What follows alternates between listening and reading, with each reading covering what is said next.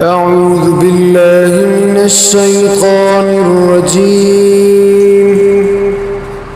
بسم الله الرحمن الرحيم.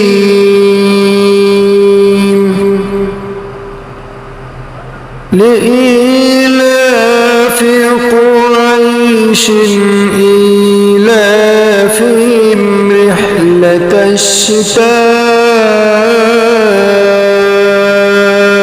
والصيف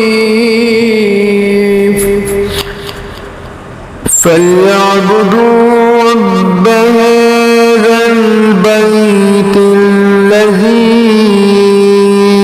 أطعمهم من جوع وآمنهم من خوف। चूँकि कुरैश को रग़बत दिलाई यानी उन्हें सर्दी और गर्मी के तिजारती सफ़र से मानूस किया, तो उन्हें चाहिए कि वो इस नेमत पर शुक्र अदा करते हुए इस घर काबा के रब की इबादत करें, वो जिसने उन्हें भूख में खाना खिलाया और खौफ में अमन दिया।